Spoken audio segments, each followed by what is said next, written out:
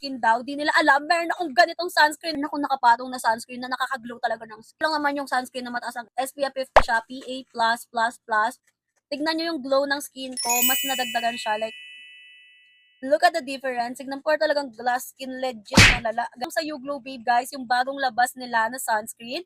Eto siya, YouGlow Babe Beauty White Sunscreen Bright Glow. Hindi ko siya ibubudol sa inyo, guys, kung hindi siya legit at hindi siya maganda sa akin. Na-apply ko muna talaga to bago ko talaga siya ibudol sa inyo. Pansin mo ba? Kaya dun sa video ko, wag na kayong magtaka bakit super glass skin ko doon. Kasi meron siyang pag glass skin glowy finish. Ayan. Sabi nga nila dito, bright glow, and na-brighten din niya yung face ko. Don't forget your neck din, applyan ng sunscreen. Nagustuhan ko to, kaya as you can see, paubos na po itong solo pack ko. Meron silang solo pack and meron silang twin pack. Pero kung gusto mo munang itry, go for solo pack. At pag na-try mo at nagustuhan mo talaga siya, doon ka na sa twin pack. Kagandahan pa nito, kahit ibulsa mo lang siya, pag aalis ka, makakapag-reapply ka ng sunscreen kasi napakalit lang niya.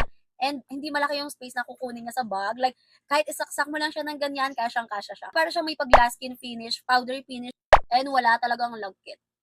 Oh, 'di ba? Nakita mo ba 'yon? It protects while it brightens the skin. Wow, YouGlow Babe lang 'yan.